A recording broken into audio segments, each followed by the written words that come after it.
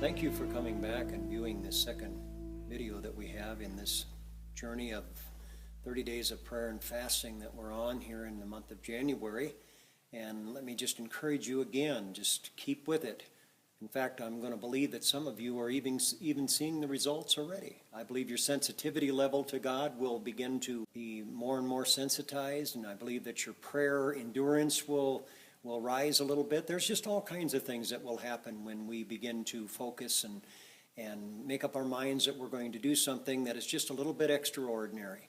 And again, I just want to commend you for doing this. I believe that again, with thousands upon thousands of people all over this, not only this nation, but all over this world, I believe we're going to begin to feel the strength of this.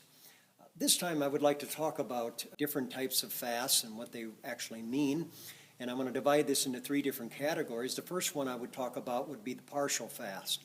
And this would involve something like skipping a meal, maybe eliminating a certain food group for the 30-day duration of this fast. I believe the Lord can lead us into different uniquenesses when it comes to the partial fast, but I believe this is something that every person can do. I believe even if you're on some type of medication, this could be possibly something that you could join us with. The second type of fast, I would call it the Daniel fast, and we see this in the book of Daniel, and how Daniel and his comrades limited themselves to a certain couple of food groups, and this is something that has been very effective. In fact, our whole church a couple of years ago went on what we call a restricted Daniel fast, and was extremely effective. The last type of fast that I would mention would be the absolute fast, and that's really what it means. It means we'd eat nothing and take a day, 2 days, however many days the Lord would lead you, and you have nothing but water. And this is something that is extremely effective. And I know we can find ourselves in weakened physical conditions, but I believe our sensitivity in the spirit is on a tremendous uprise. Another thing I would like to introduce to you at our church, here at the local church, is that we have something we call the prayer room, and it's a designated room that we use before every service that we have here at the church.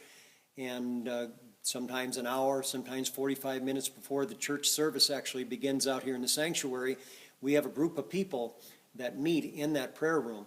And this is something that I want to encourage you in. You know, sometimes praying alone is what God calls us to do, but I find that when you begin to pray with other individuals and you begin to collectively bring that prayer together, that it is a strengthening that nothing else can really bring to that realm.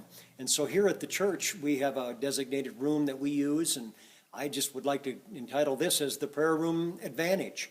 And I believe that God wants to help you to understand again that you're not the only one doing this, and there's something of a strength that would come with that kind of an experience.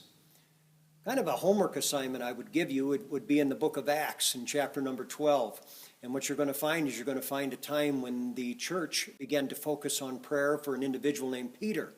And I won't go into the details, but that chapter deals with the fact that the church began to pray consistently. And through that consistent prayer, God brought about not only a testimony, but a deliverance that was second to none.